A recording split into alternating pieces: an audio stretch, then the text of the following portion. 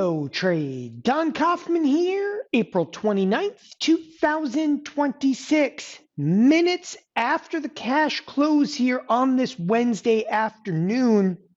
This is not just any cash close.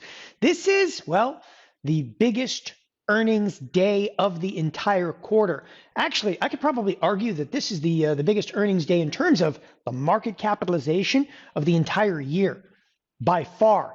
And you know what? You can forget about the entire Fed announcement because there's nothing even to mention on that particular front. Let's get right to it because what we're seeing in earnings coming out, it's the driver for tomorrow. In fact, I actually want to start there.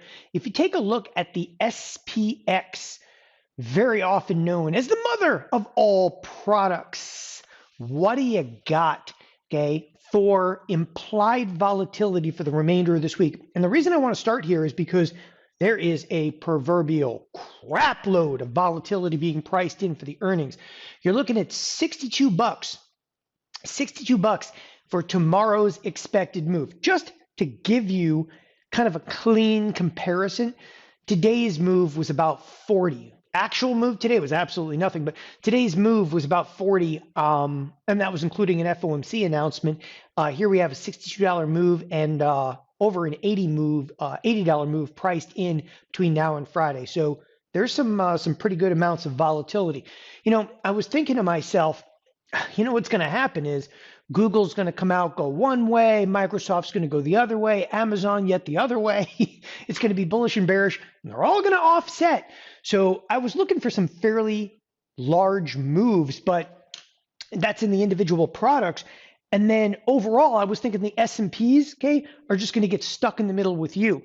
But I promise you, and we'll be pouring over some of these earnings tomorrow, because if anybody mentions anything about AI spending and reducing AI spending, it's over for this marketplace. And right now, the S&Ps, I mean, they were pretty mellow until a few minutes ago. There started to be some sell-side activity. They're down 35 right now and falling. Where is it coming from? So I'll start over here in Google. Huge bid to the upside, actually fading a little bit. But I'm just going to tell you, and I'm going to go through a few of these right now. Okay, none of this is going to be a critical sticking point until they actually have their earnings conference calls. But Google, okay, is bid right now, but much to a lesser degree, because if you take a look at the expected move, this is looking for a $20 move. Right now, the move is up like $6. And I can't stress this stuff enough. The expected move is what matters. Microsoft earnings are out, okay? The stock, this one's really interesting. The stock was initially heavily bid. Okay, this is one of the drags right now into the marketplace.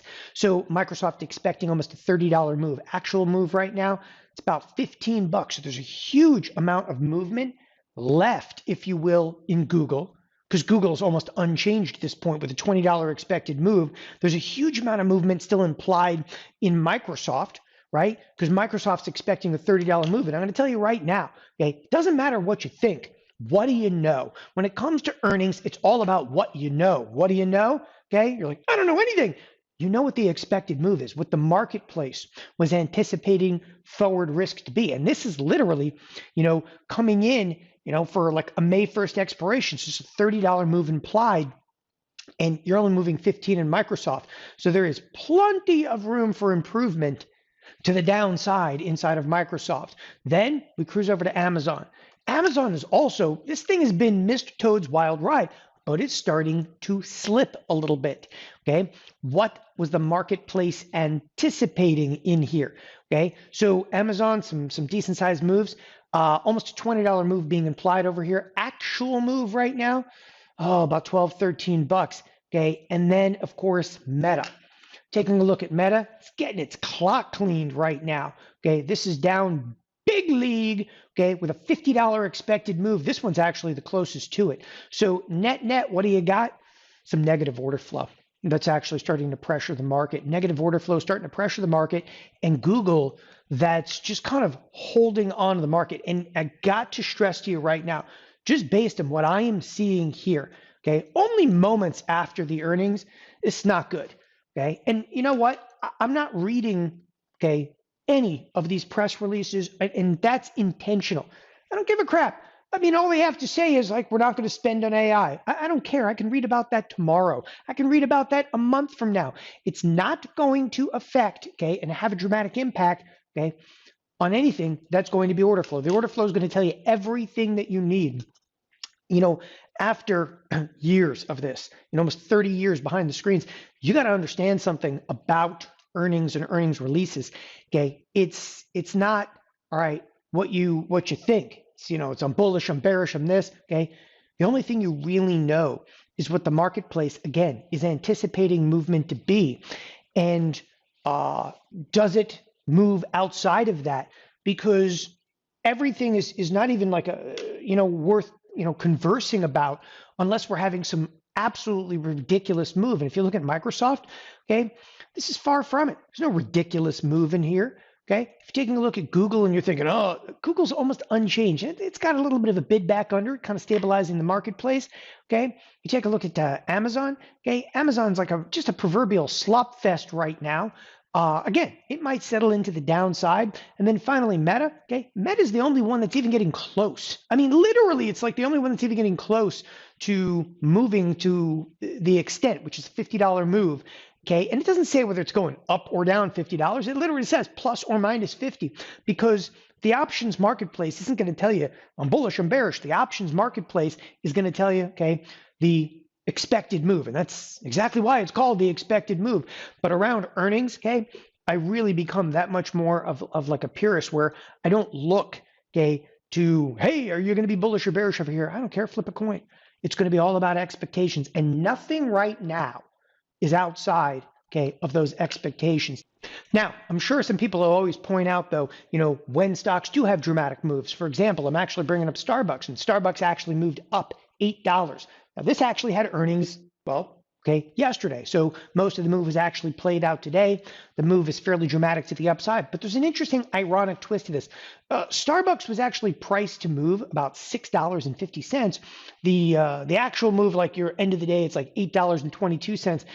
The irony of Starbucks, though, okay, is this thing moved kind of right where it was supposed to today, and then took off a little bit more to the upside. So there's always going to be, those odd stocks, okay. But right now, when it comes to big tech, okay, and like the mother of all order flow, everything is inside, okay, the scope of where it's going to be. This is going to be a marketplace, though, and I'm going to give you a warning, okay. A lot of that order flow is going to play out tomorrow morning. This is going to be extraordinarily opportunistic for those of you that want to trade in some of the zero DTE, okay. You're going to want to tune in tomorrow, because you're looking at stuff like Microsoft, which had a bid and actually failed. It's got a little bit of a bid back. We have no idea what that's going to feel like, okay, until, of course, not only the earnings conference call, but even more importantly, okay, what's the impact of the options market going to be upon Microsoft?